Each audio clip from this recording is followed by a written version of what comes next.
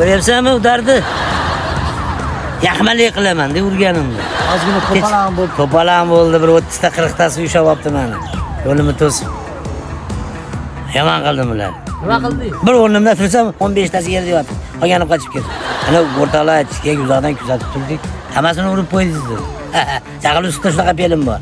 O'zim ham bilmay qolaman urganim. Ha, shuning uchun shamol deyishadi.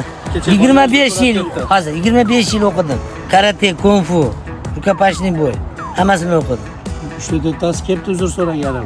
Ya, telefon qilib onlayn gaplashaylik. Yo'q deb, men charchaganman-da. Pulimiz bo'lsa bering. Yo'q. Ha, ovora qilmaymi qo'lim? O'rganib qolamiz. Qo'limni ovora qilmaymi? Ya, bu yaxshi bolalar bilan, og'ayni. Endi hozir bo'yga ketyapman men. Hop, sxotga bormi? Sxotga bor, keyin shu urushib berasiz, bittasi bor dedi. Men endi kamiz uchun urushib beraman. Endi Shamol akamni nimalariga obro'. 180 kilo ekan. Raqibim. Hechlarsa emasda menga. Men yelkaga chiqib olsam bu. Yelkaga chiqib olsam urib tashlaydi. Yelkani nima qilamiz? Ay, yelkadagi hamma gap. Shunda ko'ziga qumcha chasam o'zi yo'qolib qoladi. Endi zo'r nozik o'tkazish.